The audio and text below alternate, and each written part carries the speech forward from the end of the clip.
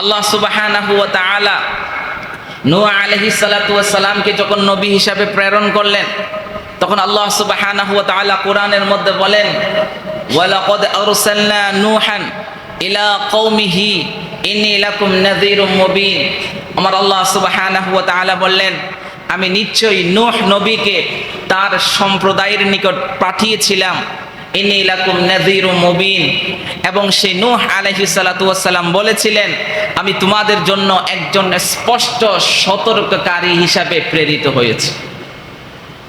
নূহ আলাইহিস সালাতু ওয়াস সালাম এই বাণী তাদের কাছে পৌঁছে দেওয়ার পরও এবং তাদেরকে বলা হয়েছে এক আল্লাহকে ছাড়া গায়রুল্লাহর ইবাদত করো না, যে আল্লাহ তোমাকে সৃষ্টি করেছেন, তোমাকে সুন্দর অবয়ব সুন্দর গঠন দিয়েছেন, সেই রবের অমান্য করো না, সেই রবের বিধানগুলি প্রদর্শন করো না, বরং সেই রব তোমাদের উপর যে নিয়ামত দিয়েছেন সেই নিয়ামতের শুকরানা, সেই রব তোমাদেরকে যেভাবে চলতে বলেছেন তোমরা নিজের জীবনটাকে সেভাবে চালাও। কিন্তু নূহ আলাইহিস সালাতু ওয়াস সালামের এই কথা তার কম শুনে নাই। দীর্ঘ 950 বছর তাদের মাঝে দ্বীনের দাওয়াত দিয়েছেন, দ্বীনের প্রচার প্রসার করেছেন, আল্লাহর পক্ষ থেকে প্রেরিত বাণীগুলো তাদের মাঝে পৌঁছে দিয়েছেন। দিন শেষে ফলাফল মাত্র 80 থেকে 82 জন মানুষ ঈমান এনেছে। কত বছর মেহনতের ফলে? 950 বছর মেহনতের ফলে মাত্র 80 থেকে 82 জন মানুষ ঈমান এনেছে। সেই নূহ আলাইহিস সালাতু ওয়াস সালাম তাদেরকে যখন দ্বীনের দাওয়াত দিতেন, তখন তাদের মধ্যে যে নেতাগুলো ছিল, পাতি নেতা, তাদের মাঝে যারা স্বাবলম্বী ছিল, আর্থিকভাবে সচ্ছল ছিল, যাদের কাছে পাওয়ার ছিল, তারা নূহ আলাইহিস সালাতু ওয়াস সালাম এবং তার কওমকে বলতো, ওয়াকালু লা তাযারুন্না আলিহাতাকুম ওয়ালা তাযারুন্না ওয়াদ্দান ওয়ালা সুওয়া ওয়ালা ইয়াগুস ওয়া ইয়াউক ওয়া নাসরা। অর্থাৎ সেই সমস্ত নূহ আলাইহিস সালাতু ওয়াস সালামের কওম, তাদের মধ্যে যারা নেতা ছিল, লিডার ছিল, তারা তাদের যে উত্তরসূরি আছে তাদের মতাদর্শ যারা পালন করত, অনুসরণ করত, এবং তাদের দলের তাদের কওমের গোষ্ঠীদেরকে তারা বলতো, ওয়াকালু লা তাযারুন্না আলিহাতাকুম, যেই সমস্ত মূর্তিগুলোকে তোমরা নিজেদের খোদা হিসাবে গ্রহণ করেছো তাকে তোমরা ছেড়ো না। ওয়ালা তাযারুন্না ওয়াদ্দান ওয়ালা সুওয়া ওয়ালা ইয়াগুস ওয়া ইয়াউক ওয়া নাসরা।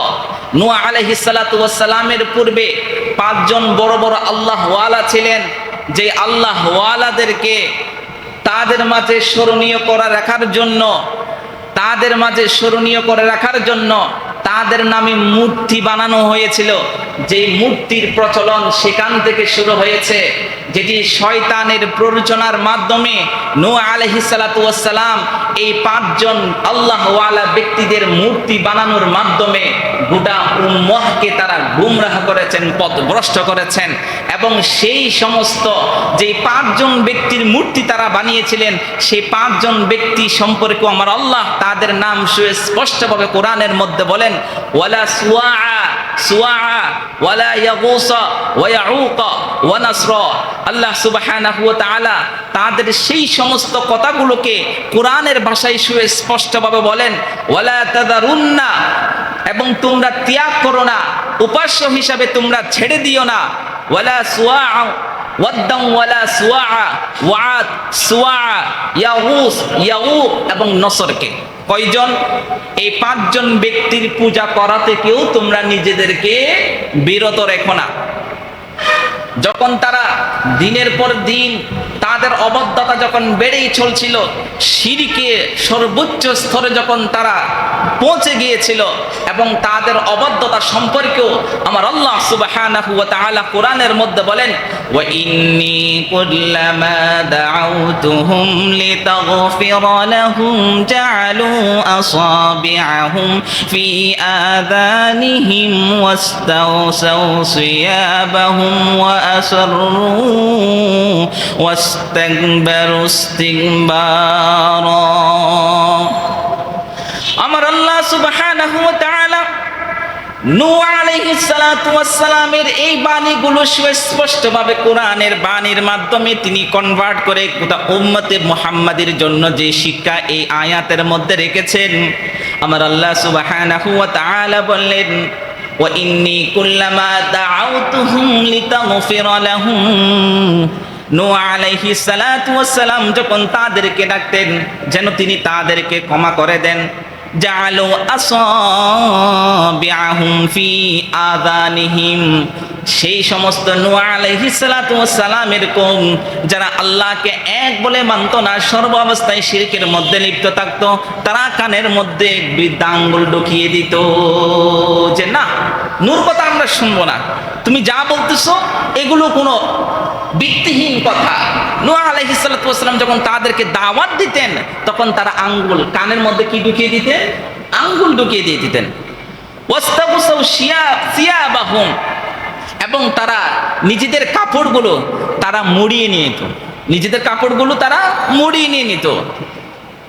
ওয়াসরু ওয়াস্তাকবারু ইস্তিকবারা, এবং তারা তাদের অবস্থানে অটল থাকতো এবং তারা অহংকার এবং উদ্ধতা প্রদর্শন করত। নাউযুবিল্লাহি মিন যালিক।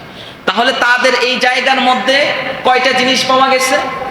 এক নাম্বার, তাদেরকে যখন দ্বীনের দাওয়াতের কথা বলতো, আল্লাহ এবং তার রসুলের দ্বীনের বিষয়ে যখন শরীয়তের বিষয় নিয়ে তাদেরকে যখন দাওয়াত দিত, তারা কানের মধ্যে কি ঢুকিয়ে দিত? আঙ্গুল ঢুকিয়ে দিত। দুই নাম্বার, তারা কাপড়গুলো মুড়িয়ে নিত। তিন নাম্বার, তারা তাদের অবস্থানে অটল থাকতো যে পাঁচজন খুদাকে আমরা খুদা হিসেবে মেনেছি, আমরা তাদেরই অনুসরণ করব, তাদেরই ইবাদত করব, তুমি নূহ যা বলতেছো এটা শোনার টাইম আমাদের নাই।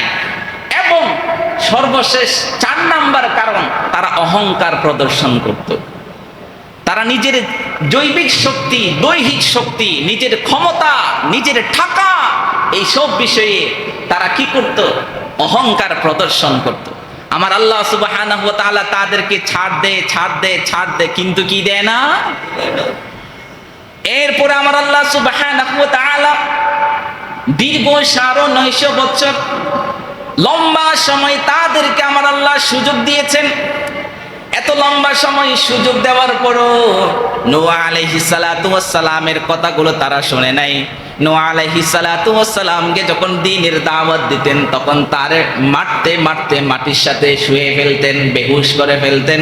নূহ আলাইহিস সালাতু ওয়াস সালাম যখন হুঁশ ফিরে আসতো তখন সাথে সাথে আবার দ্বীনের দাওয়াত দেওয়া শুরু করতো। এমনি ভাবে নূহ আলাইহিস সালাতু ওয়াস সালামের যুগের যারা নেতারা ছিল, যাদের ক্ষমতা ছিল, যাদের পাওয়ার ছিল, তারা নিজের জাতিকে বলতো নূহ একটা পাগল, নূহের কথাই তোমরা কান দিও না। আমরা যেই 5 জন বুজুর্গ, যেই 5 জন আল্লাহওয়ালাদেরকে আমরা তাদেরকে খোদা হিসাবে মানে নিয়েছি, প্রভু হিসাবে মেনে নিয়েছি, তাদের ইবাদত এবং উপাসনা করা তোমরা ছেড়ে দিও না। তাদের উদ্ধতা এবং অহংকার প্রদর্শন যখন দিনের পর দিন বাড়তে থাকলো, আমার আল্লাহ সুবহানাহু ওয়া তাআলা বললেন যে না, তাদেরকে লম্বা সময় সুযোগ দেওয়া হয়েছে, হয়তো বুঝি তারা ফিরে আসবে। কিন্তু দেখছে যে না, তারা ফিরে আসছে না, বরং তারা তাদের কার্যক্রম দিনের পর দিন তারা সীমা লঙ্ঘন করে যাচ্ছে, অহংকার করে যাচ্ছে, অত্যাচার করে যাচ্ছে, শিরকে কার্যকলাপের মধ্যে আরো বেশি বেশি লিপ্ত হয়ে যাচ্ছে। আমার আল্লাহ সুবহানাহু ওয়া তাআলা শাস্তির আয়াত নাজিল করে দিয়ে বললেন, মিম্মা খতিআতিহিম উগরিকু ফাউদখিলু নারান ফালাম ইয়াজিদু লাহুম মিন দুনিল্লাহি আনসারা। আমার আল্লাহ সুবহানাহু ওয়া তাআলা তাদেরকে এমন প্লাবনের মধ্যে নিমজ্জিত করলেন, দিনের পর দিন আমার আল্লাহর পক্ষ থেকে বিভিন্ন সময়ে তাদেরকে যে ওয়ার্নিং গুলো এসেছে সেই ওয়ার্নিং গুলো তারা দিনের পর দিন অমান্য করেছে।